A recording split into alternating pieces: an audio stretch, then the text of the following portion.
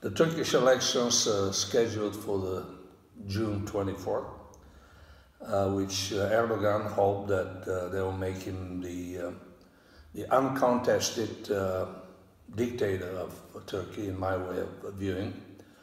But in the meantime, things are happening there that may not be all that congenial to his way of thinking. Generally, it is not, there's very little commentary about the fact that Islamism's victims are primarily other Muslims. 95% of the people that have been killed in places like Pakistan, Algeria before that, Sudan, you name it, have been other Muslims. So in many ways you can say that the number one victim of Islamism are other Muslims. And this may be what is happening in Turkey today. Why am I saying that? Because the fact is that the Turkish economy is imploding in a manner of speaking. The lira is in a free fall vis-a-vis the dollar, and actually also vis-a-vis the euro. It is right now, I think yesterday it was 5 euros 20 for 1 lira, which is around $5. Compare that to where it started, $1.40 or $1.50, 2011.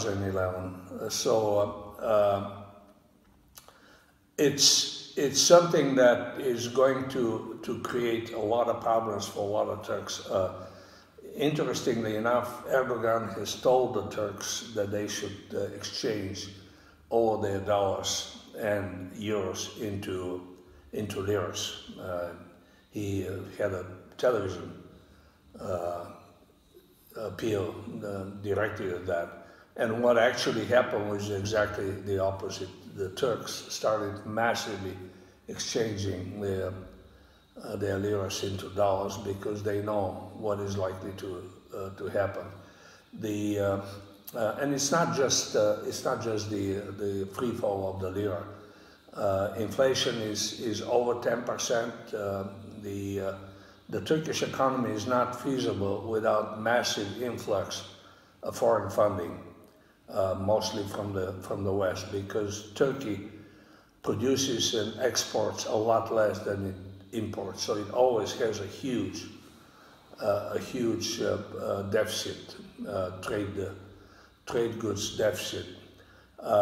So it'll be interesting to see what happens, but all of a sudden it doesn't look nearly as good as it did for Erdogan. Apart from the fact that the opposition seems to be, for the first time ever, in my way of thinking, to have gotten its act together and to at least to some extent to act in a cooperative ways. I don't believe that Erdogan would allow the opposition to win. This is no longer a democracy, it's a dictatorship, and we know very well that in the referendum a year and a half ago, less than a year and a half ago actually, he falsified the elections, and we know that because in a number of Kurdish towns that he had leveled with the earth. You take a look at a place like Cizre and the downtown of Diyarbakir, and you see unbelievable damage, as if there had been a war there. And yet he got half a million votes more from the Kurdish areas than he had before. So clearly this was a manipulation of the vote.